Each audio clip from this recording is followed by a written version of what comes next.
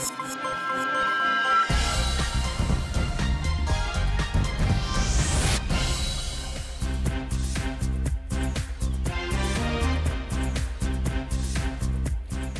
৯টায় বাংলাদেশে আপনাদের সবাইকে আমন্ত্রণ জানাচ্ছি। আমি ফারহানা রূপা এবং আমি আলী আশরাফ। শুরুতেই জানাবো সংবাদ শিরোনাম।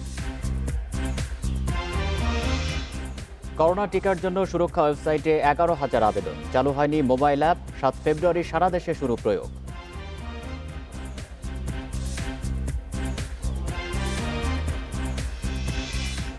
এইচএসসি ও সমমানে পাস শতভাগ। জিপিএ 5 1,61,807 জন। পরিস্থিতি ভালো হলে মার্চে ক্লাস চালু, বললেন প্রধানমন্ত্রী।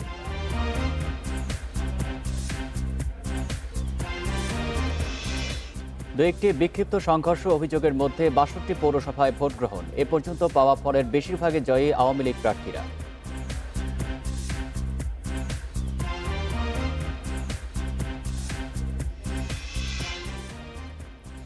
শুনছিলেন শিরোনাম, জানাবো পুরো খবর।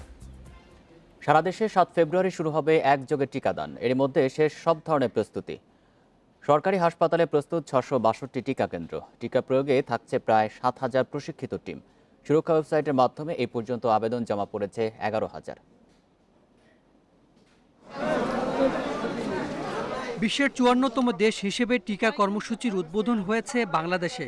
পরীক্ষামূলক টিকা কর্মসূচিও শেষ। সব মিলিয়ে এ পর্যন্ত টিকা পেয়েছেন 567 জন। সারা দেশে টিকা দেয়া শুরু হবে 7 ফেব্রুয়ারি। এরই মধ্যে 36 জেলায় পৌঁছে গেছে করোনা ভ্যাকসিন। শুধু সরকারি হাসপাতালেই বসছে টিকা কেন্দ্র। ঢাকায় কেন্দ্রের সংখ্যা 49, স্বায়ত্তশাসিত হাসপাতালে 1, সিএমএইচ 3, সরকারি মেডিকেল কলেজ হাসপাতাল 4, সরকারি হাসপাতাল 20, বিশেষায়িত হাসপাতাল 12, বিজিবি হাসপাতালে 1, আনসার হাসপাতাল 1, ঢাকা সিভিল সার্জন অফিসেও বসছে একটি কেন্দ্র। এছাড়া টিকা দেয়া হবে 2 সিটি কর্পোরেশনের হাসপাতালেও। আর ঢাকার বাইরে টিকা কেন্দ্র 613টি। এর মধ্যে আছে সরকারি হাসপাতালে 1, সরকারি মেডিকেল কলেজ হাসপাতাল 18, সিএমএইচ ও স্বায়ত্তশাসিত প্রতিষ্ঠান 22, বিজিবি হাসপাতাল 4, জেলা পুলিশ হাসপাতাল 63, জেলা সদর হাসপাতাল 63, উপজেলা সদর হাসপাতালেও বসবে 423 কেন্দ্র। মন্ত্রী মহোদয় আমাদেরকে যেটা বলেছেন যে উনি একটা নির্দিষ্ট হাসপাতালে কথা বলবেন, সেই নির্দিষ্ট হাসপাতালে উনি নিজে থাকবেন, আমরা থাকব। ফ্রন্টলাইনারদের সাথে করে নিয়ে উনি একসাথে একটা টিকা দিতে চান এবং ওই দিন আমরা ওখানে প্রায় 150 জনের মতন আমরা টিকা দিব। এবং আমাদের যারা আছে, বিশেষ করে আমাদের ডিজি অফিস যারা আছেন, আমরা আশা করছি আমরা সবাই ওখানে টিকা নিব। তবে আবেদন শুরু হলেও নানা জটিলতায় নিবন্ধন করতে পারছেন না অনেকেই। এখনও চালু করা যায়নি সুরক্ষার অ্যাপ ভার্সন। এ পর্যন্ত সুরক্ষার ওয়েবসাইটে জমা পড়েছে 11,000 আবেদন। যে অ্যাপটি মাত্র 27 তারিখে খুলেছে এবং এটা ব্যবহার করতে গেলে আপনাদের কাছ থেকে কিছু ফিডব্যাক আসবে এবং আমরা যারা ব্যবহার করছে, অ্যাপ বলা উচিত না আসলে, এখন পর্যন্ত ওয়েব পোর্টালের মাধ্যমে হচ্ছে, তার পরিপ্রেক্ষিতে এই প্রবলেমগুলোর সলিউশনগুলো সব বের করা হচ্ছে। স্বাস্থ্য অধিদপ্তর বলছে টিকা প্রয়োগে কাজ করবে 6,990টি টিম। ব্যবহার করা হবে না নিয়মিত টিকা কর্মসূচির কেন্দ্র ও জনবল। আলাদা প্রশিক্ষণ প্রাপ্ত জনবল দিয়েই চলবে করোনা টিকা কর্মসূচি। Hasan Misbah, independent news, Dhaka. দেশে করোনায় আরও 17 জনের মৃত্যু হয়েছে। এর মধ্যে পুরুষ 10 এবং নারী 7 জন। এ নিয়ে মোট প্রাণহানি হল 8,111 জনের। 204টি ল্যাবে 24 ঘন্টায় 12,084 নমুনা পরীক্ষায় করোনা শনাক্ত হয়েছে 363 জনের। পরীক্ষা বিবেচনায় শনাক্তের হার 3%। শনিবার স্বাস্থ্য অধিদপ্তরের বিজ্ঞপ্তিতে জানানো হয়, দেশে মোট করোনা আক্রান্তের সংখ্যা দাঁড়ালো 5,34,770 জনে। সুস্থ হয়েছেন আরও 337 জন। এ নিয়ে মোট সুস্থ 4,79,297 জন।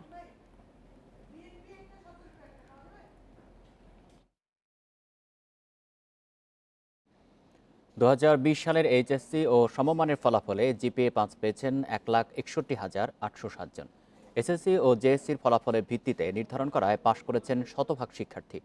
রেকর্ড সংখ্যক শিক্ষার্থী জিপিএ 5 পেলেও অনেকে প্রত্যাশা অনুযায়ী ফল না পাওয়ার অভিযোগ করেছেন। গত বছরের এইচএসসি ও সমমানের পরীক্ষায় অংশ নিতে নিবন্ধন করেছিলেন 13,67,377 জন শিক্ষার্থী। কিন্তু দেশে করোনা সংক্রমণের কারণে পরীক্ষা বাতিল হয়। পরবর্তীতে জেএসসির 25% ও এসএসসির 75% নম্বরের ওপর ভিত্তি করে ফলাফল দেওয়ার সিদ্ধান্ত নেওয়া হয়। সংশোধন করা হয় সংশ্লিষ্ট বোর্ডের আইন। অবশেষে শনিবার আনুষ্ঠানিকভাবে এই ফল ঘোষণা করা হলো। ফলাফলে জিপিএ 5 পেয়েছেন 1,61,807 জন, যেটি 2019 সালে ছিল 47,286। জিপিএ 5-এর শতকরা হার হচ্ছে 11.83 ভাগ। 2019 সালে সেটি ছিল 3.54 ভাগ। জেএসসি এবং এসএসসিতে জিপিএ 5 না পেলেও 17,220 জন শিক্ষার্থী এইচএসসিতে পেয়েছেন জিপিএ 5। অন্যদিকে জেএসসি এবং এসএসসিতে জিপিএ 5 পাওয়া 396 জন পাননি জিপিএ 5। বিষয় ম্যাপিং করে ফল দেওয়ার কারণে এমনটি ঘটেছে জানালেন শিক্ষামন্ত্রী। আপনি যে কোনো পদ্ধতিতেই যান, সেই পদ্ধতিতে তার ওই সাবজেক্টগুলো, কারণ সকলের জন্যই তো একই মানদণ্ড হবে, তো সেই ক্ষেত্রে ওই সাবজেক্টগুলোতে সে যেহেতু তত ভালো করেনি, সেই কারণে তাদের এই, এবং সেটাও আমরা ম্যাপিং যেভাবে করেছিলাম সেটা দিয়ে একেবারে মিনিমাম সংখ্যক হচ্ছে এই 396। এদিকে এইচএসসির ফলাফলে খুশি বেশিরভাগ শিক্ষার্থী। রেজাল্ট পেয়ে আমি খুশি, তবে আরেকটু ভালো হলে আমি বেশি খুশি। আমি এই পরীক্ষায় A+ উত্তীর্ণ হই। আমি আমার রেজাল্ট অনেক বেশি স্যাটিসফাইড। তবে অনেকে জেএসসি ও এসএসসিতে ভালো ফল করেও এইচএসসিতে প্রত্যাশা অনুযায়ী ফল পাননি। রেজাল্ট নিয়ে হতাশ, আমি আমার কাঙ্ক্ষিত রেজাল্টটি পাইনি। আমার এক ছোট ভাই আর ছোট বোনের একই জিএসসি রেজাল্ট এবং এসএসসি রেজাল্ট ছিল, কিন্তু তাদের যে ইন্টারমিডিয়েটের রেজাল্ট এসেছে একদমই ভিন্ন রকম। ফলাফল নিয়ে কারো অভিযোগ থাকলে সংশ্লিষ্ট শিক্ষা বোর্ডে আবেদন করা যাবে জানিয়েছে মন্ত্রণালয়। ফল প্রকাশের দিন শিক্ষার্থীদের আনন্দে ভরে ওঠে কলেজ ক্যাম্পাস, কিন্তু করোনার কারণে এবার শুধুই শূন্যতা। আর কখনো যাতে পরীক্ষা ছাড়া শিক্ষার্থীদের ফলাফল নিতে না হয়, এমনটাই প্রত্যাশা শিক্ষা সংশ্লিষ্টদের। নূরে আলম, ইন্ডিপেন্ডেন্ট নিউজ, ঢাকা। শিক্ষাবর্ষ যেন নষ্ট না হয় সে উদ্দেশ্যেই বিকল্প পদ্ধতিতে এইচএসসি ও সমমানের পরীক্ষার ফল প্রকাশ করা হয়েছে বলে জানিয়েছেন প্রধানমন্ত্রী শেখ হাসিনা। সকালে গণভবন থেকে ভিডিও কনফারেন্সের মাধ্যমে 2020 সালের এইচএসসি ও সমমানের ফল প্রকাশ অনুষ্ঠানে যুক্ত হয়ে একথা বলেন তিনি। এ সময় প্রধানমন্ত্রী ফলাফল নিয়ে সবাইকে বিরূপ মন্তব্য করা থেকে বিরত থাকারও আহ্বান জানান। করোনা মহামারীর কারণে 2020 সালের বাতিল হওয়া এইচএসসি ও সমমানের পরীক্ষার ফলাফল এবার ঘোষণা করা হয়েছে জেএসসি ও এসএসসি পরীক্ষার ফল মূল্যায়ন করে। 11টি শিক্ষা বোর্ডের এই ফল প্রকাশ অনুষ্ঠানে ভার্চুয়ালি যুক্ত হন প্রধানমন্ত্রী শেখ হাসিনা। অনুষ্ঠানে প্রধানমন্ত্রী বলেন, করোনায় সবার আগে দেশের মানুষের সুরক্ষাকে অগ্রাধিকার দেওয়া হয়েছে। এ কারণে বিশ্বের বিভিন্ন দেশের মতো বাংলাদেশেও পরীক্ষার ফল প্রকাশে ডিজিটাল পদ্ধতি প্রয়োগ করা হলো। শিক্ষার্থীদের শিক্ষাবর্ষ যেন নষ্ট না হয় সেদিকে খেয়াল রেখেই এই সিদ্ধান্ত বলে জানান তিনি। আমাদের শিক্ষার্থী তাদের জীবন থেকে একটা বছর নষ্ট হয়ে যাক সেটা তো আমরা চাই না, তাদের জীবনটা চলমান থাকুক সেটাই আমরা চাই। সে কারণেই আমরা এই ফলাফলটা ঘোষণা দিলাম। আমি আশা করি যে সকলে এ ব্যাপারে আনন্দিত হবে এবং তাদের পড়াশোনা অব্যাহত থাকবে। এই ফলাফল নিয়ে বিরূপ মন্তব্য করা হয় তাহলে, বা দেওয়ার পদ্ধতি নিয়ে বিরূপ মন্তব্য করা হয়, এটাও কিন্তু তাদের জন্য তাদের মানসিক চাপ পড়বে। কাজে যারা এই ধরনের কথা বলছেন তাদেরকে বিরত থাকার জন্য আমি অনুরোধ জানাচ্ছি। প্রধানমন্ত্রী বলেন, শিক্ষার্থীদের করোনা থেকে রক্ষায় সব শিক্ষা প্রতিষ্ঠানে সাধারণ ছুটি ঘোষণা করা হয়। ফেব্রুয়ারি মাসে পরিস্থিতির উন্নতি হলে মার্চে সীমিত পরিসরে ক্লাস শুরু হতে পারে বলেও জানান তিনি। এই ফেব্রুয়ারি মাসটা নজরে রাখবো। যদি ফেব্রুয়ারি মাসে অবস্থা ভালো থাকে, পরবর্তীতে আমরা সীমিত আকারে আমাদের শিক্ষা প্রতিষ্ঠান খুলে আমাদের ছেলেমেয়েরা যাতে স্কুল, কলেজ বা ইউনিভার্সিটিতে যেতে পারে সে ব্যবস্থাটা আমরা নেব। সে ধরনের চিন্তাভাবনা আমাদের আছে। প্রধানমন্ত্রী বলেন, শিক্ষা প্রতিষ্ঠান বন্ধ থাকলেও বিভিন্ন পদ্ধতিতে পাঠদান চালু রাখা হয়েছে। শিক্ষার্থীরা ঘরে বসেই শিক্ষা কার্যক্রম অব্যাহত রাখতে পারছে। বাসায় থেকেও শিক্ষার্থীরা নিয়মিত যেন পড়াশোনা অব্যাহত রাখে সেদিকে খেয়াল রাখতে অভিভাবকদের প্রতি আহ্বান জানান তিনি। নূরে জান্নাত, ইন্ডিপেন্ডেন্ট নিউজ। দেশের উচ্চশিক্ষায় আসন রয়েছে প্রায় 8 লাখ। এবার পরীক্ষা ছাড়াই এইচএসসির ফল দেয়ায় বিশ্ববিদ্যালয়ে ভর্তি পরীক্ষায় জিপিএর নম্বর কমানো হয়েছে। পাবলিক বিশ্ববিদ্যালয় ও মেডিকেলে আসন কমায় ভর্তিতে তীব্র প্রতিযোগিতায় পড়বে শিক্ষার্থীরা। বিশ্ববিদ্যালয় খোলার পরই ভর্তির তারিখ ঘোষণা করা হবে। এবার এইচএসসির ফলাফলে শতভাগ পাশ করেছে। পাশ করা শিক্ষার্থী প্রায় 13,67,377 জন। ইউজিসির তথ্য অনুযায়ী পাবলিক বিশ্ববিদ্যালয়ে আসন আছে প্রায় 47,000, বেসরকারি বিশ্ববিদ্যালয়ে আসন 3,25,000, জাতীয় বিশ্ববিদ্যালয়ের অধীন কলেজে স্নাতকে আসন 4,44,200, উন্মুক্ত বিশ্ববিদ্যালয়ে আসন প্রায় 34,000, ইসলামী আরবি বিশ্ববিদ্যালয়ে আসন রয়েছে 53,148টি, সরকারি বেসরকারি মেডিকেল কলেজে আসন রয়েছে 6,000-এর বেশি। ভর্তি ইচ্ছুক ছাত্রছাত্রীদের আসন কোনো সংকট হবে না।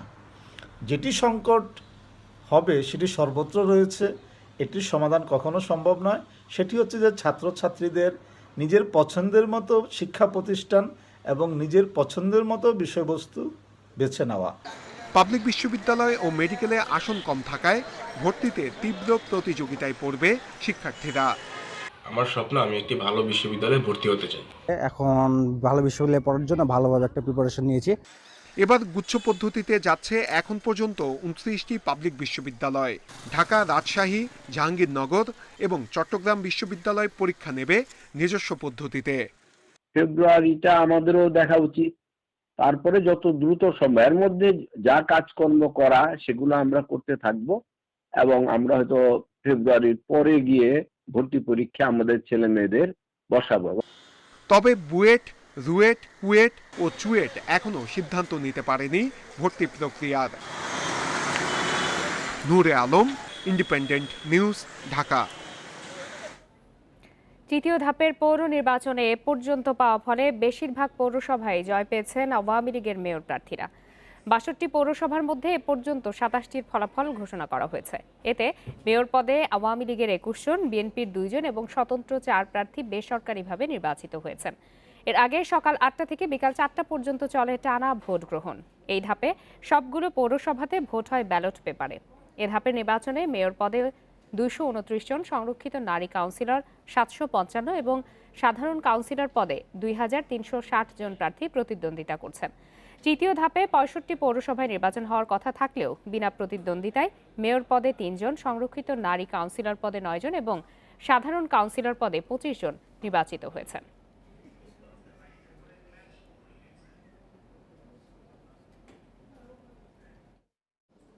এদিকে লক্ষ্মীপুর, ফেনী, মুন্সিগঞ্জে প্রতিদ্বন্দ্বী প্রার্থীর কর্মী সমর্থকদের মধ্যে সংঘর্ষের ঘটনা ঘটেছে। এতে গুলিবিদ্ধ সহ আহত হয়েছেন অন্তত 25 জন। এছাড়া অনিয়মের অভিযোগে কয়েক পৌরসভায় নির্বাচন বর্জনের ঘোষণা দিয়েছেন বিএনপি ও স্বতন্ত্র প্রার্থীরা। সকালে ফেনী পৌরসভার 14 নম্বর ওয়ার্ডে মেহেদি সাইদি ভোট কেন্দ্রে ভোট দিতে যাবার সময় বিএনপি কাউন্সিলর প্রার্থীর ওপর হামলা হয়। এতে প্রার্থীসহ কয়েকজনকে পিটিয়ে আহত করা হয়। ঘটে ককটেল বিস্ফোরণের ঘটনা। গোপালগঞ্জে 2 কাউন্সিলর প্রার্থীর সমর্থকদের মধ্যে পাল্টাপাল্টি ধাওয়ার ঘটনা ঘটে। পরে পুলিশ পরিস্থিতি নিয়ন্ত্রণে আনে। মুন্সিগঞ্জ সদর পৌরসভায় 2 নারী কাউন্সিলর প্রার্থীর সমর্থকদের মধ্যে দফায় দফায় সংঘর্ষ হয়। এ সময় 20 মিনিট বন্ধ ছিল ইদ্রাকপুর মডেল সরকারি প্রাথমিক বিদ্যালয় কেন্দ্রে ভোট গ্রহণ। লক্ষ্মীপুরের রামগঞ্জে দুপক্ষের সংঘর্ষে 3 জন গুলিবিদ্ধ সহ 20 জন আহত হয়েছে। এছাড়া ভোট শুরুর 2.5 ঘন্টার মধ্যে অনিয়মের অভিযোগে সাতক্ষীরায় কলারোয়ায় বিএনপি মেয়র প্রার্থী, ঝালকাঠি নলছিটিতে আওয়ামী লীগের স্বতন্ত্র প্রার্থী এবং কিশোরগঞ্জ সদর ও কটিয়াদিতে বিএনপির 2 মেয়র প্রার্থী নির্বাচন বর্জনের ঘোষণা দেন।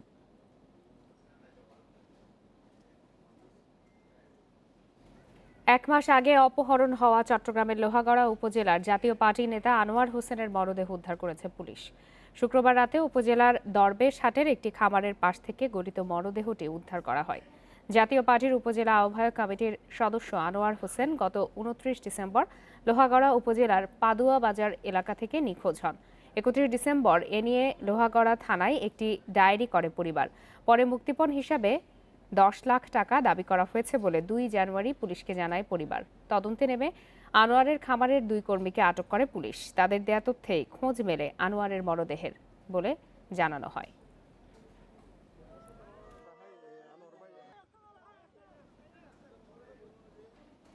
তৃতীয় দফায় আজ ভাসানচরে গেছেন আরও 1466 জন রোহিঙ্গা। এর আগে গতকাল সেখানে পৌঁছান 1778 জন। সকাল 9টার দিকে চট্টগ্রামের বোট ক্লাব এলাকা থেকে নৌবাহিনীর 4টি জাহাজ রোহিঙ্গাদের নিয়ে ভাসানচরের উদ্দেশ্যে যাত্রা করে। ভাসানচরে থাকা স্বজনদের কাছ থেকে সার্বিক পরিস্থিতি জেনেই সেখানে যেতে আগ্রহী হয়েছেন বলে জানিয়েছেন রোহিঙ্গারা। এর আগে গতকাল কক্সবাজারে উখিয়া ও টেকনাফের রোহিঙ্গা শিবির থেকে চট্টগ্রামে বিআইএফ শাহীন কলেজের ট্রানজিট ক্যাম্পে রাখা হয় তাদের। কাল 4 ডিসেম্বর প্রথম ধাপে 1642 জন রোহিঙ্গা ভাসানচরে যান। এরপর 29 ডিসেম্বর দ্বিতীয় ধাপে যান 1804 জন, আর তৃতীয় দফায় এই দুদিনে গেলেন 3244 জন।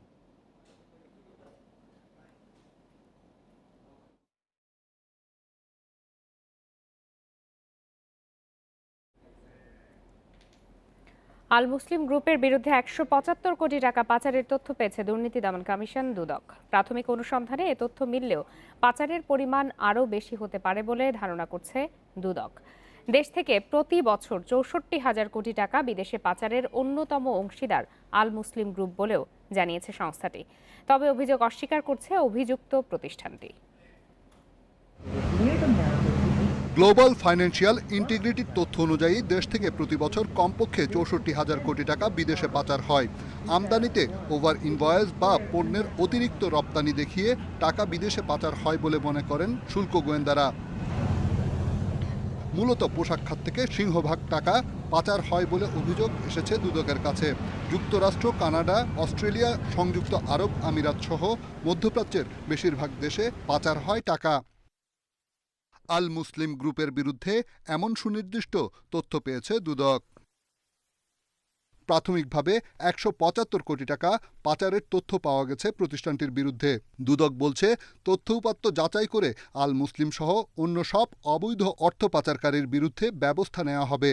এজন্য 3 সদস্যের অনুসন্ধান দলও গঠন করেছে সংস্থাটি। আল মুসলিম গ্রুপের মালিকেরা 175 কোটি টাকার পাচারের তথ্যের কথা বলা হয়েছে। অনুসন্ধানে যাদের বিরুদ্ধে তথ্য পাওয়া যাবে বা সংশ্লিষ্টতা পাওয়া যাবে, তিনি যত ক্ষমতাশালী হন না কেন, তার বিরুদ্ধে আমরা ব্যবস্থা নিব। এটার বিষয়ে আমাদের ইনকোয়ারি চলতেছে। আমার বক্তব্য হইল যে এখানে কোনো কিছু আমাদের কোনো সমস্যা হবে না এবং আমরা কোনো কিছু এটার সাথে জড়িত না। টিআইবি বলছে, শুধু ওভার ইনভয়েস নয়, পাচারকারীরা অন্য কোনো নতুন কৌশল অবলম্বন করছে কিনা তাও খতিয়ে দেখতে হবে। যারা অর্থ পাচারের সাথে জড়িত তারা মোটামুটিভাবে তাদের একটা বিশাল অংশই প্রভাবশালী এবং ক্ষমতার সাথে সংশ্লিষ্ট বিভিন্নভাবে, যে কারণে তাদের বিরুদ্ধে কোনো কার্যকর পদক্ষেপ দুর্নীতি দমন কমিশনের মতো সংস্থাগুলো নিতে দেখা যায় না। দেশ গড়ার কথা বলে কোনো প্রতিষ্ঠান দেশের অর্থনীতিকে খোঁড়া করে দিচ্ছে। তাদের তালিকা করে আইনি ব্যবস্থা গ্রহণ করা উচিত বলে মনে করে টিআইবি। রিশাদ হুদা, ইন্ডিপেন্ডেন্ট নিউজ, ঢাকা। রাজধানীর উত্তরাসহ বেশ কিছু এলাকায় মোটরসাইকেল রাখার 3 থেকে 5 মিনিটের মধ্যেই গায়েব। তারপর সেটি হাত বদলে চলে যায় নানা জেলায়। বিক্রি করা হয় নম্বর প্লেট পাল্টে। আর এই কাজ করছিল 10 জনের একটি দল। বিল্লাল খান বাদলের নেতৃত্বে তারা গত 2 বছরে চুরি করেছে 250-র বেশি মোটরসাইকেল। কিশোরগঞ্জের একটি মোটরসাইকেল ওয়ার্কশপে কাজ করত বাদল। সেখান থেকেই একসময় বনে যান চোর। কিশোরগঞ্জ থেকে ঢাকায় এসে গড়ে তোলেন সংঘবদ্ধ চক্র। উত্তরা, নদ্দা, কালাচাঁদপুর, বাড্ডা, ওইসব থেকে টার্গেট করা সহ প্রায় 1 ঘন্টা, কিন্তু নিতে 4-5 মিনিট লাগে। সিসিটিভি ক্যামেরায় চুরির যে দৃশ্য দেখা যাচ্ছে, এটি বাদলেরই কাজ। তারা 10 জনের একটি দল। চুরির কাজে থাকে 2 থেকে 3 জনের। একজন তালা ভাঙে, একজন পাহারায় থাকে, আর মোটরসাইকেল নিয়ে যায় আরেকজন। গাজীপুর বা নরসিংদী পর্যন্ত গিয়ে হাত বদল। তারপর সেটি নেওয়া হয় কিশোরগঞ্জ বা ব্রাহ্মণবাড়িয়ায়। সেখানে দেয়া হয় আরেক ব্যক্তিকে। সে নম্বর প্লেট বদলে মোটরসাইকেলটি বিক্রি করে দেয়। গাড়িটা রেখে তালা মেরে আমি মসজিদে ঢুকি এবং নামাজ শেষ করি। তো 20 মিনিট বা আধা ঘন্টার ভিতরে আমার নামাজ শেষ হয়। সেখান থেকে বের হয়ে দেখি আমার মোটরসাইকেলটা যথাস্থানে নাই। তুরাগ থানাতে এই মোটরসাইকেল চুরি যাওয়ার একটা মামলা দায়ের করি। উত্তরায় একের পর এক চুরির ঘটনায় তৎপর হয় গোয়েন্দা পুলিশ। ধরা পড়ে বাদল ও তার সহযোগী সানাউল্লাহ। উদ্ধার করা হয় বেশ কিছু মোটরসাইকেল। মোটরসাইকেলগুলো চুরি করার পর এই মোটরসাইকেলগুলো নিয়ে যায় ব্রাহ্মণবাড়িয়া, কিশোরগঞ্জ, ওগুলোতে তার চক্র রয়েছে, যারা ওখানে মোটরসাইকেলগুলো রিসিভ করার পর ওই সংশ্লিষ্ট এলাকাগুলোতে মোটরসাইকেলগুলো সে বিক্রি করে দেয়। গোয়েন্দারা বলছেন, উত্তরা 6 থানায় বাদলের নেতৃত্বেই হয় চুরি। কিশোরগঞ্জে 10 বছর ওয়ার্কশপে থেকে চুরির মোটরসাইকেল বেচাকিনা করেছে সে। ঢাকায় গত 2 বছরেই 250-র বেশি মোটরসাইকেল চুরির পেছনে আছে এই বাদল। আন্তঃজেলা যারা এই ধরনের চোর চক্র আছে তার সাথে একটা সখ্যতা আছে। চুরি করে তাদের কাছে দিতে পারলে মোটামুটি সে নিরাপদ, যে ঠিক আছে আমার এই কাজটা সাকসেস হয়ে গেছে, এভাবেই তারা চুরি করে। চক্রের পলাতক সদস্যদের ধরতে ও চুরি হওয়া বাকি বাইকগুলো উদ্ধারে অভিযানে রয়েছে ডিবি। পাশাপাশি নেওয়া হচ্ছে উদ্ধার হওয়া মোটরসাইকেল ফিরিয়ে দেওয়ার ব্যবস্থা। Masudur Rahman, independent news, Dhaka. পরিষ্কারের পর 15 দিন না যেতে আবর্জনায় ভরাট হচ্ছে ঢাকা উত্তরের খালগুলো। সিটি কর্পোরেশনের কর্মীরা বলছেন, খালপাড়ের বাসিন্দারা ময়লা ফেলা বন্ধ না করায় এই অবস্থা হচ্ছে। তবে মেয়র আতিকুল ইসলাম জানিয়েছেন, নিজেরা ময়লা ফেলা বন্ধ না করলে করা হবে জরিমানা। মিরপুরের প্রাণ রূপনগর খাল। গত 15 জানুয়ারি ইস্টার্ন হাউজিং 2 নম্বর গেটের সামনের অংশের ভাসমান বর্জ্য পরিষ্কার করা হয়। সেই বর্জ্য ফেলা হয় আমিনবাজারের ভাগাড়ে। একই জায়গা আবার পরিষ্কার করা হচ্ছে। 15 দিনেই আবর্জনায় ভরাট হয়ে গেছে খালটি। একই অবস্থা রামচন্দ্রপুর, 22 টেকি, বাউনিয়া সহ বেশ কিছু খালের। ডিএনসিসির কর্মীরা বলছেন, খালপাড়ের বাড়ি থেকে প্রতিদিন বর্জ্য ফেলা হচ্ছে, যে কারণে পরিষ্কার করেও কোনো লাভ হচ্ছে না। খালটাকে ডাস্টবিন হিসেবে ব্যবহার করে ফেলছে, যার ফলে বেশি এসে ওই এক জায়গায় জমা হচ্ছে, আবার উড়িয়ে দিচ্ছে। সবসময় নিয়ত ফেলানোর চেষ্টা করছে এবং কি ফেলাচ্ছে, এর কারণে আবার খাল পুনরায় আবার ভরাট হয়ে যায়। পরিষ্কার খালে যারা আবর্জনা ফেলছেন তাদের জরিমানা করার হুঁশিয়ারি দিয়েছেন উত্তরের মেয়র। তিনি জানান, প্রতিটি খাল পরিষ্কার ও সীমানা নির্ধারণের পর হাঁটার রাস্তা তৈরি হবে। খালের পাশে কিছু কিছু জায়গায় কিন্তু আমরা মানুষজন কেউ জানবে না, আমরা কিন্তু সিসি ক্যামেরা লাগানোর অলরেডি নির্দেশ দিয়েছি আমি। এই সিসি ক্যামেরার মধ্যে যদি দেখি কেউ ময়লা ফেলে, তাকে কিন্তু পানিশমেন্ট দেওয়া হবে। আমরা কাউকে বলে কয়ে কোনো উদ্বোধনের মাধ্যমে সিসি ক্যামেরা লাগাবো না, আমরা কিন্তু সিসি ক্যামেরা লাগিয়ে দিচ্ছি খাল পরিষ্কার করার পরে। 4 জানুয়ারি থেকে খাল পরিষ্কার কর্মসূচি শুরু করে ঢাকা উত্তর। এখন পর্যন্ত বিভিন্ন খাল থেকে তোলা হয়েছে 6131 টন বর্জ্য। Adilur Rahman, independent news, Dhaka. দেখছেন রাত 9টায় বাংলাদেশ। এবার খেলার খবর জানাবো শিরোনাম। 18 সদস্যের টেস্ট স্কোয়াডে বোলারদের আধিক্য, 17 মাস পর সাদা পোশাকে সাকিবের প্রত্যাবর্তন।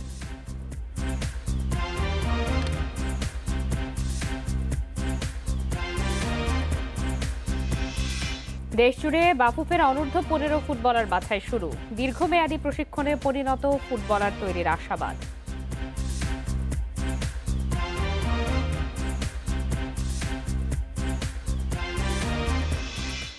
উইন্ডিজদের বিপক্ষে 2 ম্যাচ টেস্ট সিরিজের জন্য 18 সদস্যের দল ঘোষণা করেছে বিসিবি। অভিষেকের অপেক্ষা হাসান মাহমুদ ও ইয়াসির রাব্বির। সাদা পোশাকে দাপট দেখাতে বোলিংয়ে জোর বাংলাদেশের। দলে 5 পেসারের পাশে আছেন 4 স্পিনার। ব্যাটিং অর্ডারেও প্রত্যাশিত সবাই। প্রাথমিকভাবে সিদ্ধান্ত ছিল প্রস্তুতি ম্যাচ শেষেই ঘোষণা হবে টেস্ট দল, কিন্তু প্রথম 2 দিনে বিসিবি একাদশের পারফরম্যান্সে হয়তো সবকিছু বোঝা হয়ে গেল নির্বাচকদের। ওয়েস্ট ইন্ডিজের বিপক্ষে 2 টেস্টের জন্য 18 সদস্যের দলে নতুন মুখ হাসান মাহমুদ, সঙ্গে আরো 4 পেসার মিলে এক্সপ্রেস ডিপার্টমেন্ট 5 জনের। আর স্পিনে সাকিবের পাশে মিরাজ, নাইম, তাইজুলি আছেন প্রত্যাশিতভাবে। অবশ্যই বড় ঘটনা সাকিব আল হাসানের প্রত্যাবর্তন। চোট বাধা গুরুতর হয়নি। ওয়ানডের পর এবার সাদা পোশাকে রাঙিয়ে দেওয়ার প্রত্যাশা টাইগার বিস্ময়ের কাছ থেকে। পুরোদমে অনুশীলন করেছেন সাকিব, চোট সামলে পুরো ফিট অধিনায়ক মুমিনুল হক। প্রস্তুতি ম্যাচে বাজে শুরু সত্ত্বেও টিকে গেছেন সাদমান সাইফ। দুজনের একজন সঙ্গী হবেন তামিমের সাথে। টিকে গেছেন ইয়াসের আলী, নাজমুল শান্ত আর মিঠুন। রিয়াদের অনুপস্থিতিতে হয়তো আবার সুযোগ আসবে মিডল অর্ডারে। ওয়ানডের পরে 7-8 দিন একটা গ্যাপের মধ্যে আছে, যেটাতে প্র্যাকটিস করার চেষ্টা করতেছি, নিজের সর্বোচ্চ দেওয়ার, কারণ অনেকদিন পর লাল বলের খেলা। সাকিব ভাই যে কথাটা বললেন, উনি একটা আমাদের অনেক ভাইটাল রোল প্লে করে সবসময় ম্যাচের মধ্যে। উনি থাকলে আমাদের ব্যাটিং প্লাস বোলিংয়ে 2 দিক দিয়ে হেল্প হয়। আমরা সবাই আগ্রহী ভালো ক্রিকেট খেলার জন্য, এবং যথেষ্ট পরিমাণে ক্ষুধা আছে প্রত্যেকটা প্লেয়ারের, অনেকদিন পর ক্রিকেট খেলবে, তো হোপফুলি ভালো কিছু হয়। প্রস্তুতি ম্যাচে স্পিনারদের আধিপত্য থাকলেও হেড কোচ ডোমিঙ্গোর ব্যবস্থাপত্র মেনে পেস অ্যাটাকে গুরুত্ব রাখা হয়েছে। তবে প্রস্তুতি ম্যাচের স্কোর কার্ড জানিয়ে দিচ্ছে আসল লড়াই ঠিক স্পিনারদের মধ্যেই আটকে থাকবে। জহিরুল ইসলাম, ইন্ডিপেন্ডেন্ট নিউজ, চট্টগ্রাম। 4 দিন থেকে নেমে আসা 3 দিনের প্রস্তুতি ম্যাচের দ্বিতীয় দিন শেষে চাপে স্বাগতিক বিসিবি একাদশ। রাকিম কর্নওয়ালের বোলিং তাণ্ডবে 160 রানে অল আউট সোহানের দল। দ্বিতীয় ইনিংসে ক্যারিবীয়দের সংগ্রহ 5 উইকেটে 179 রান। সব মিলিয়ে তাদের লিড এখন 276 রান।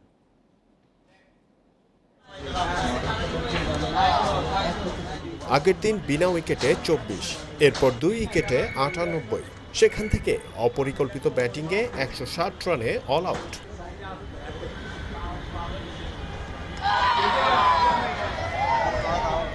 প্রস্তুতি ম্যাচে জয় পরাজয় কখনোই মুখ্য নয়, তারপরও 3 দিনের ম্যাচে বিসিবি একাদশের সামনে হারের শঙ্কা। তার চেয়েও বড় কথা, উইন্ডিজ দল জানিয়ে দিল ওয়ানডের মতো সহজ হবে না টেস্ট সিরিজ। সাইফ সাদমান, ইয়াসিররা আছেন টেস্ট দলে। তাদের ব্যর্থতায় প্রথম ইনিংসে 97 রানে পিছিয়ে থাকা। দ্বিতীয় ইনিংসে উইন্ডিজ ব্যাটিংয়ে জিদ ধরাতে ব্যর্থ বিসিবি একাদশের বোলাররা। টাইগারদের হতাশার দিনে নতুন শক্তির জায়গা সম্পর্কে জানান দিল ক্যারিবীয়রা। সফর শুরুর আগে আলোচনায় থাকা রাকিম কর্নওয়াল এবার আলো কাড়লেন ক্রিকেটীয় কারণে। একটু জোরের ওপর করা তার বড় টার্ন সামলাতে পারেনি সাদমানরা।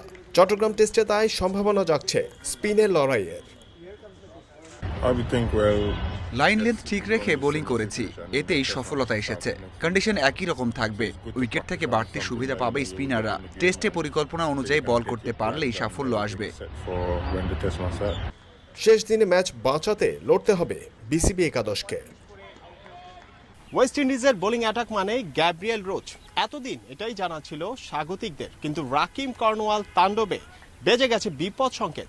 3 দিনের প্রস্তুতি ম্যাচে রেজাল্ট হয়ে যাবার সম্ভাবনা, আর তাই 5 দিনের মূল টেস্ট 5 দিনেই গড়াবে কিনা যাচ্ছে না এড়ানো প্রশ্নটা। জহিরুল ইসলাম, independent news, M A Aziz stadium, Chittagong. কমলাপুরে academy শুরুর লক্ষ্যে ফুটবলার বাছাই কার্যক্রম শুরু করেছে বাফুফে। অনূর্ধ্ব 15 ক্যাটাগরিতে প্রথম দিন প্রতিভা অন্বেষণ কার্যক্রম চলেছে 9 জেলায়। ঢাকার বঙ্গবন্ধু স্টেডিয়ামে কার্যক্রমের উদ্বোধন করেন কাজী সালাউদ্দিন। দীর্ঘমেয়াদে প্রশিক্ষণ দিয়ে ভালো মানের ফুটবলার তৈরিতে আশাবাদী বাফুফে সভাপতি। বাফুফের ট্যালেন্ট হান্ট কার্যক্রম সকাল থেকেই বঙ্গবন্ধু স্টেডিয়ামে ভিড় করতে থাকে খুদে ফুটবলাররা। প্রথম দিনে ঢাকা জেলা থেকে ট্রায়ালে অংশ নেয় প্রায় 400 ফুটবলার। অনূর্ধ্ব 15 ফুটবলারদের ডাকা হলেও বেশি বয়সী ফুটবলাররাও অংশ নেয় ট্রায়ালে। বাছাই করাদের নিয়ে ফুটবল একাডেমিতে হবে দীর্ঘমেয়াদী প্রশিক্ষণ। টেকনিক্যাল ডিরেক্টর পল স্মলির তত্ত্বাবধানে স্থানীয় 20 জন কোচ থাকবেন এই কার্যক্রমে। ট্রায়ালে খুদে ফুটবলারদের পরখ করে নিয়েছেন জাতীয় দলের হেড কোচ জেমিডে ও assistant coach Stuart Watkiss. Basically Messi আর রোনাল্ডো এদের থেকে ইন্সপায়ার্ড। ওদের খেলা সারাদিন দেখি বা ওদের ম্যাচগুলো দেখি। টিমটা একটু আলাদা আলাদা দিছে, তাই যেভাবে পারছি আমি আমার থেকে ভালো দিছি। আইডলাইজ করি ফরেন কান্ট্রিজগুলোর, আর ড্রিমও আছে ফুটবলার হয়ে বাংলাদেশকে প্রাউড করবো আর কি। 2014-তে সিলেট আর 2019-এ বাড্ডার বেড়াইতে একাডেমি করেছিল বাফুফে। দুটির কার্যক্রমই চলেনি বেশি দিন। তবে কমলাপুরে নতুনভাবে একাডেমির পরিকল্পনা নিয়ে আশাবাদী বাফুফে সভাপতি। যে 16 আছে তাকে ইফ ইজ কোয়ালিটি প্লেয়ার তাকে অন্য গ্রুপে দিয়ে দিব। যে 12 আছে তাকে 12তে রাখলাম, যে 14 আছে আন্ডার 14 রাখলাম। সো ইসে ওরা যেই বয়সে আসুক, আলটিমেটলি যখন সিলেক্ট হবে এই প্লেয়ারকে আমরা এমআইআর করব। লাস্ট উইক আমরা সচিব মহোদয়ের সভাপতিত্বে আরেকটা মিটিং করেছি। আমাদের এই প্রকল্পগুলো নিয়ে, আমাদের এই প্রজেক্টগুলো নিয়ে ওনাদের সাথে ডিটেলস আলোচনা হয়েছে এবং ওনারা যথেষ্ট সহযোগিতার আশ্বাস দিয়েছেন আমাদেরকে। আমি আশাবাদী যে আমরা সরকারের থেকে এই কাজগুলোর জন্য ফাইন্যান্স পাবো। আর না হলে আমরা অ্যারেঞ্জ করে ফেলব, না হলে আমরা আমাদের মতো আমরা চালাবো। প্রথম দিনের ট্রায়ালে খুদে ফুটবলারদের পরখ করে খুশি টেকনিক্যাল ডিরেক্টর পল স্মলি। স্বচ্ছতার সাথে বাছাই কার্যক্রম পরিচালনার নিশ্চয়তা দিয়েছেন। ছেলেদের ফুটবলার হওয়ার ইচ্ছা প্রবল, অনেকেই দারুণ প্রতিভাবান, তবে এখনই তাদের ভবিষ্যৎ নিয়ে বলা মুশকিল।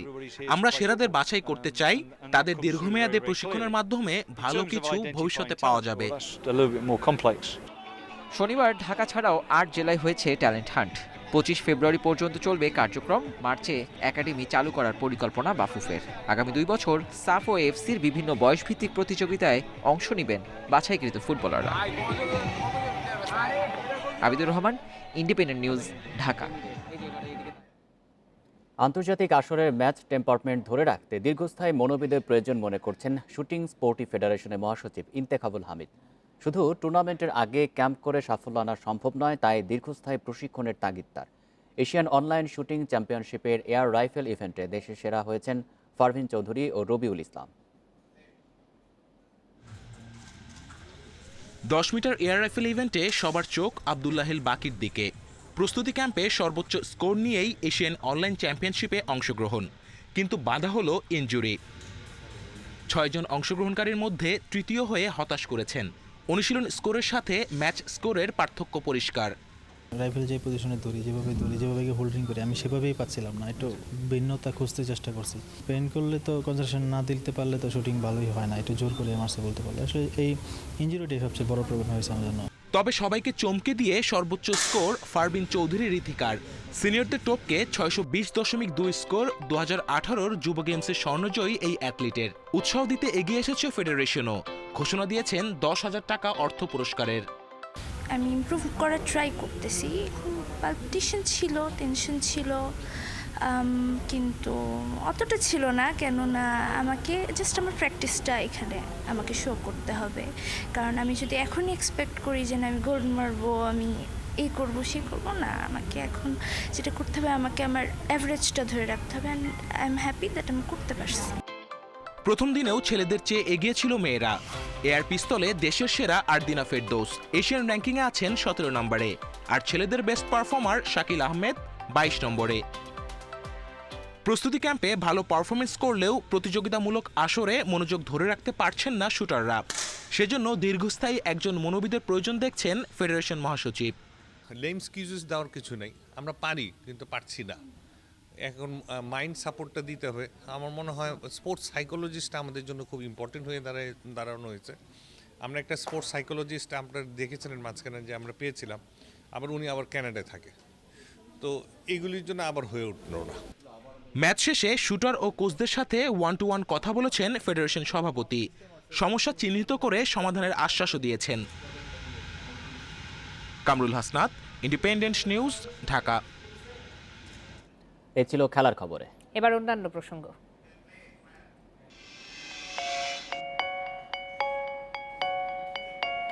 একের পর এক উদ্ভাবিত হচ্ছে করোনা টিকা। এই তালিকায় যোগ হচ্ছে যুক্তরাষ্ট্রের ওষুধ প্রস্তুতকারী প্রতিষ্ঠান জনসন অ্যান্ড জনসনের AV26.cov2.s।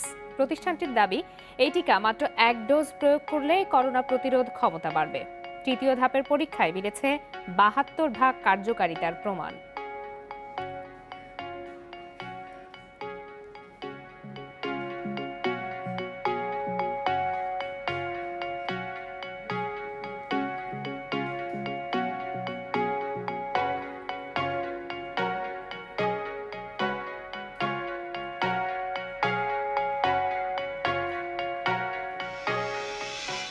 এ নিয়ে বিস্তারিত থাকছে রাত 9টায় বাংলাদেশের শেষ অংশে। চলে যাচ্ছি পরের প্রসঙ্গে।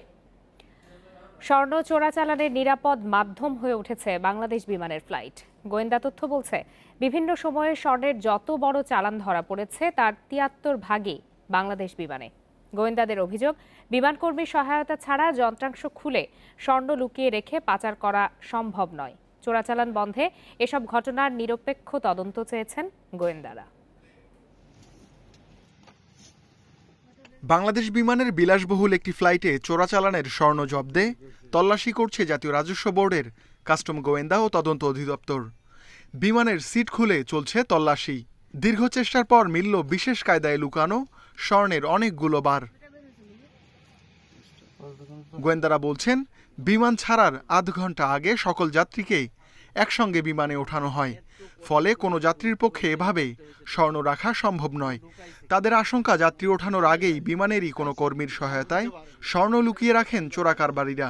এ ঘটনার নিরপেক্ষ তদন্ত চেয়ে গত বছরের আগস্টে এনবিআরকে চিঠি দেয় কাস্টমস গোয়েন্দা। টয়লেট সহ নানা স্থানে বিশেষভাবে লুকিয়ে স্বর্ণ পাচারের চেষ্টা করা হয়। প্রায়ই হাতে নাতে আটক হন বিমানের কর্মী। গোয়েন্দাদের হিসাবে 2017 সেপ্টেম্বর থেকে 2020 নভেম্বর পর্যন্ত ঢাকার শাহজালাল ও চট্টগ্রামের শাহ আমানত বিমানবন্দরে বড় চালান ধরা পড়েছে 22টি, যার 16টি বাংলাদেশ বিমানের ফ্লাইটে। জব্দ করা হয়েছে 240 কেজি স্বর্ণ। গোয়েন্দারা জানান আটকের তুলনায় চোরাচালানের পরিমাণ অনেক বেশি। এই স্বর্ণের সাথে অনেক অবৈধ কর্মকাণ্ড জড়িত। এর একটা ব্যাকওয়ার্ড লিঙ্কেজ এবং একটা ফরওয়ার্ড লিঙ্কেজ আছে, এই দুটাই অবৈধ। তো যেটার ব্যাকে অবৈধ, ফ্রন্টে অবৈধ, সেই জিনিস তো আপনি বৈধ পথে তো সেটা সে করতে উৎসাহিত হবে না। অনেক গোয়েন্দা সদস্যের অভিযোগ, স্বর্ণ আটকের অভিযানে অসহযোগিতা করেন বিমানের অনেক কর্মকর্তা। অভিযুক্তদের বিরুদ্ধে নেওয়া হয় না যথাযথ ব্যবস্থা। বিমান কর্তৃপক্ষ অবশ্য ফ্লাইটের অভ্যন্তরের ঘটনার দায় চাপাচ্ছেন গ্রাউন্ড হ্যান্ডলিংয়ের ওপর। তাদের দাবি, অপরাধীদের ব্যাপারে তারাও কঠোর। চোরাচালানে সহযোগিতার অভিযোগ ওঠায় সিঙ্গাপুরের একটি কোম্পানির গ্রাউন্ড হ্যান্ডলিং চুক্তি বাতিল করা হয়েছে। যখন কোনো এয়ারপোর্টে এয়ারক্রাফটটা থাকে তখন ওইখানকার যে টেকনিক্যাল কাজ, ওইখানকার মেনটেন্যান্স, ক্লিনিং ওই দেশের করে, এটা এয়ারলাইন্সের নয়, বিমানের কোনো লোক এটা করে না। ঢাকা কাস্টম হাউসের হিসাবে 2019 থেকে 20 সালের ডিসেম্বর পর্যন্ত আটক হয়েছে 974 কেজি স্বর্ণ। দেরিতে হলেও স্বর্ণ আমদানির জন্য নীতিমালা করেছে সরকার, কিন্তু এর আওতায় তেমন আমদানি হচ্ছে না, কমেনি চোরাচালানো। অনুসন্ধান বলছে এর কারণ শস্যের মধ্যেই যেমন ভূত আছে, তেমনি ভূত তাড়ানোর ব্যবস্থাও দুর্বল। Ruhul Amin, independent news, Dhaka. পেটের মধ্যে বিশেষ কায়দায় ইয়াবা নিয়ে বিমানবন্দর দিয়ে প্রবেশের সময় এক ব্যক্তিকে গ্রেপ্তার করেছে আর্মড পুলিশ ব্যাটালিয়ন। দুপুরে কক্সবাজার থেকে আসা একটি ফ্লাইট শাহজালাল আন্তর্জাতিক বিমানবন্দরে এসে পৌঁছালে তাকে গ্রেপ্তার করা হয়। আর্মড পুলিশ ব্যাটালিয়ন জানায়, গোলাম মোস্তফা মণ্ডল নামে এক ব্যক্তি পেটের মধ্যে বিশেষ কায়দায় ইয়াবা নিয়ে বিমানবন্দর থেকে বের হওয়ার সময় চ্যালেঞ্জ করে এপিবিএন। পরে তাকে এক্স রে করলে তার পেটে 2080 পিস ইয়াবার অস্তিত্ব মেলে। এ সময় তাকে নিতে আসা এক ব্যক্তিকেও বিমানবন্দর থেকে গ্রেপ্তার করা হয়।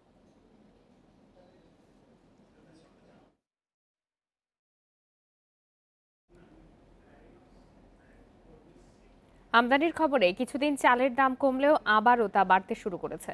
সপ্তাহের ব্যবধানে মাঝারি ও মোটা চালের দাম বেড়েছে প্রায় 4%। বাজারে আমদানি করা চালের সরবরাহ কম হওয়ায় দাম বাড়ছে বলে দাবি আড়তদারদের। অভ্যন্তরীণ ঘাটতি মেটানো এবং দাম কমাতে শুল্ক কমিয়ে 300 প্রতিষ্ঠানকে চাল আমদানির অনুমতি দেয় সরকার। আমদানির খবরে গত কয়েক সপ্তাহ ধরে দাম কমতে শুরু করলেও আবারও বাড়তে শুরু করেছে চালের দাম। সরকারি সংস্থা টিসিবির হিসাবে এক সপ্তাহের ব্যবধানে মাঝারি মানের চালের দাম বেড়েছে 4.76%। মোটা চালের দাম বেড়েছে 3.37%। মিনিকেট চাল বিক্রি হচ্ছে 61 থেকে 62 টাকায়। 28 জাতের চাল বিক্রি হচ্ছে 51 থেকে 52 টাকা কেজি দরে। তবে স্থিতিশীল নাজিরের দর। চালের দাম আবারও বাড়তে শুরু করায় অসন্তোষ ক্রেতারা। এখানে যেটা হচ্ছে যে সিন্ডিকেশনটা আমার মনে হয় কাজ করছে সম্পূর্ণ। এটাই আসলে আমাদের সাপ্লাই সিস্টেমের যে ইনএফিসিয়েন্সি। এক সপ্তাহ 50 থেকে 100 টাকা কিছু কিছু চালের দাম কমেছিল, কিন্তু তার পরবর্তীতে যখন চাল ঢুকতে বিলম্বতা শুরু হলো তখনই কিন্তু সে দামটা আবার মিল মালিকরা ধানের দাম বেশি বলে চালের দামটা সাবেক জায়গায় নিয়ে আসছে। বিক্রেতারা জানান, বাজারে আমদানি করা চালের সরবরাহ খুবই কম। কিছু আড়তে দেখা মিললেও দাম সহনীয় না হওয়ায় আগ্রহ নেই ক্রেতাদের। গতকালকে 10 বস্তা চাল পাইছি বা মানে এই আমদানি করার পর থেকে, কিন্তু এটি নাজির চাল, এগুলো ছোলো আইটেম, এটা চলে কম। মিনিকেটটা যদি পর্যাপ্ত পরিমাণে ঢুকতো তাহলে মিনিকেট দামটা কমে যেত। কাস্টমার এটা গ্রহণ করতেছে না। একদিকে হলো দামও বেশি, মানে যেই মান আছে সেই মান অনুযায়ী দামটা অনেক বেশি। গত সপ্তাহ থেকে এই সপ্তাহ চাউলের দামটা একটু ঊর্ধ্বগতি। হ্যাঁ, আমি 28 চাল কিনতে আসছি আর কি। এখন বস্তা মানে দোকানদাররা 2450-2500 টাকা চাইতেছে আর কি। দাম নিয়ন্ত্রণে আনতে আমদানি করা চাল সঠিকভাবে বাজারজাত হচ্ছে কিনা তা তদারকির দাবি ভোক্তাদের। Shamim Ahmed, independent news, Dhaka. ছাদ কৃষিতে অনেকেরই মিলছে ফল, তাজা শাকসবজি। রাজধানীতে এখন ছাদ বাগানের সংখ্যা 7000-এরও বেশি। একে আরও এগিয়ে নিতে প্রকল্প চালু আছে কৃষি সম্প্রসারণ অধিদপ্তরের। প্রশিক্ষণের পরিকল্পনার কথাও জানালেন নগর কৃষি উৎপাদন প্রকল্পের পরিচালক। বাড়ির ছাদে আম, করমচা, পেয়ারা, ড্রাগন সহ বাহারি ফলের গাছ, সঙ্গে নানা জাতের মশলা, সবজি আর ফুল। ঢাকায় উন্মুক্ত জায়গা কমে যাওয়ায় কমেছে গাছ লাগানোর সুযোগ। নগরীর বাসিন্দাদের জমি নেই, আছে ছাদ, তাই অনেকেই সেখানে করছেন শখের বাগান। অনেকে আবার প্রাত্যহিক শাকসবজির চাহিদা মেটাচ্ছেন সেখান থেকে। বাড়তি হিসেবে মিলছে নির্মল বাতাস। সবুজের কিছু সমারোহ শহরের বুকে পাই এবং বিকেলবেলাটা যখন ছাদের উপরে এসে বসি তখন সত্যিকারভাবে অন্যরকম লাগে। এটা একটা অন্যরকমের নেশায় পরিণত হয়েছে। কৃষি অর্থনীতিবিদরা বলছেন আর্থিক সাশ্রয়ের পাশাপাশি পুষ্টির চাহিদা পূরণের ভালো উৎস হতে পারে এই ছাদ বাগান। একই সঙ্গে এতে আছে ভিন্ন এক আনন্দ এবং মানসিক শান্তি এবং এক ধরনের সাশ্রয়ও বটে। সেটি যদি আমরা কন্টিনিউ করতে পারি তাহলে এটি আমাদের জন্য খুবই উপকার হবে। এ উদ্যোগকে উৎসাহ দিতে 10% হোল্ডিং ট্যাক্স মওকুফের সুবিধা দিচ্ছে ঢাকার 2 সিটি কর্পোরেশন। সহযোগিতায় প্রকল্প চালু করেছে কৃষি সম্প্রসারণ অধিদপ্তর। কারিগরি প্রশিক্ষণ সহ আগামীর পরিকল্পনা জানালেন প্রকল্প পরিচালক। এই ছাদ প্রযুক্তি সম্প্রসারণের ফলে বিভিন্ন ধরনের মাস মিডিয়া প্রকাশ, পাশাপাশি বিভিন্ন ধরনের প্রশিক্ষণ, তারপরে আমাদের কিছু অডিও ভিজুয়াল প্রকাশনী করা, পাশাপাশি আমাদের কিছু প্রদর্শনী করা, এর মাধ্যমে দেখা গেছে যে সমস্ত ছাদ বাগানগুলো প্রায় সি গ্রেডের ছিল তারা এই গ্রেডে চলে আসতে। কৃষি সম্প্রসারণ অধিদপ্তরের তথ্য অনুযায়ী এখন রাজধানীতে ছাদ বাগানের সংখ্যা 7000-এর বেশি। Shahid Ahmed, independent news, Dhaka. ভারতের কৃষি সংস্কার আইন নিয়ে সব ধরনের আলোচনার পথ এখনও খোলা আছে বলে জানিয়েছেন দেশটির প্রধানমন্ত্রী নরেন্দ্র মোদী। সর্বদলীয় বৈঠকে শনিবারে কথা জানিয়ে মোদী বলেন, সংকট কাটাতে 1.5 বছরের জন্য আইন স্থগিতে সরকারের পরিকল্পনা এখনও অব্যাহত রয়েছে। মোদী জানান, আলোচনার মাধ্যমে কৃষকদের সমস্যা সমাধানে ধারাবাহিক চেষ্টা চালিয়ে যাচ্ছে সরকার। বিক্ষোভরত কৃষকদের উদ্দেশ্যে কৃষিমন্ত্রী নরেন্দ্র সিং তমার আগেই কৃষি আইন নিয়ে আলোচনার প্রস্তাব দেন। সে কথাই আবারও তুলে ধরে মোদী জানান, কৃষকদের একটা ফোন আসলেই সরকার বৈঠকের জন্য প্রস্তুত। কৃষি আইন বাতিলের দাবিতে এরই মধ্যে সরকারের সঙ্গে 9 বার বৈঠকে বসেছেন কৃষক আন্দোলনকারীরা, যদিও কোনো সুরাহা হয়নি। এদিকে মহাত্মা গান্ধীর মৃত্যুবার্ষিকী ঘিরে দিল্লি সীমানায় অনশন করেন আন্দোলনকারীরা। 2 দিন ইন্টারনেট সেবা বন্ধের ঘোষণা কর্তৃপক্ষের। জনসন অ্যান্ড জনসনের টিকার 1 ডোজেই করোনা প্রতিরোধ সম্ভব। এছাড়া গুরুতর সংক্রমণের ক্ষেত্রে 85% কার্যকর বলে দাবি বহুজাতিক প্রতিষ্ঠানটির।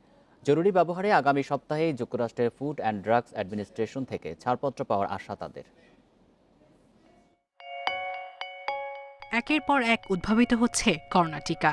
এখন পর্যন্ত 2 শতাধিক ভ্যাকসিন তৈরি করেছে বিভিন্ন প্রতিষ্ঠান। এর মধ্যে বেশ কয়েকটি টিকা প্রয়োগ শুরু হয়েছে বিভিন্ন দেশে। এই তালিকায় যোগ হচ্ছে আরেকটি টিকা। যুক্তরাষ্ট্রের ঔষধ প্রস্তুতকারী প্রতিষ্ঠান জনসন অ্যান্ড জনসনের AB26.cov2.s। প্রতিষ্ঠানটির দাবি, এই টিকা মাত্র 1 ডোজ প্রয়োগ করলেই করোনা প্রতিরোধ ক্ষমতা বাড়বে। It is clearly value added, both in the United States and importantly, যুক্তরাষ্ট্র ছাড়াও উন্নয়নশীল দেশের জন্য এই টিকা বেশ গুরুত্বপূর্ণ, কারণ এটি অনেক বেশি কার্যকর। এছাড়া এর দাম কম ও টিকা সংরক্ষণের জন্য খুব বেশি ঠান্ডার প্রয়োজন হয় না, সাধারণ রেফ্রিজারেটরেই সংরক্ষণ করা যায়। গবেষকরা জানান, মানবদেহে 3য় দফা পরীক্ষায় এই টিকা 72% কার্যকারিতা প্রমাণ হয়েছে। গুরুতর সংক্রমণ ঠেকানোর ক্ষেত্রে 85% কার্যকর। তবে আরও 3টি মহাদেশে পরীক্ষায় দেখা গেছে এই টিকা 66% কার্যকর। আমেরিকা ও আফ্রিকার 44,000 স্বেচ্ছাসেবকের উপর এই টিকা পরীক্ষা করা হয়েছে। তুলনামূলক বিচারে দেখা গেছে অক্সফোর্ড, ফাইজার ও মডার্নার চেয়ে জনসন অ্যান্ড জনসনের টিকার কার্যকারিতা কম। ইউরোপ, আমেরিকার পাশাপাশি সাউথ আফ্রিকা ও ভারতে এই টিকা তৈরি হবে বলে জানায় প্রতিষ্ঠানটি। সায়রা খান, ইন্ডিপেন্ডেন্ট নিউজ। এ ছিল বিরতিহীন রাত 9টায় বাংলাদেশে। ইন্ডিপেন্ডেন্ট টেলিভিশনের সব খবরের আরো বিস্তারিত জানতে চোখ রাখুন ফেসবুক, ইউটিউব বা টুইটারে। এতক্ষণ সাথে থাকার জন্য সবাইকে ধন্যবাদ।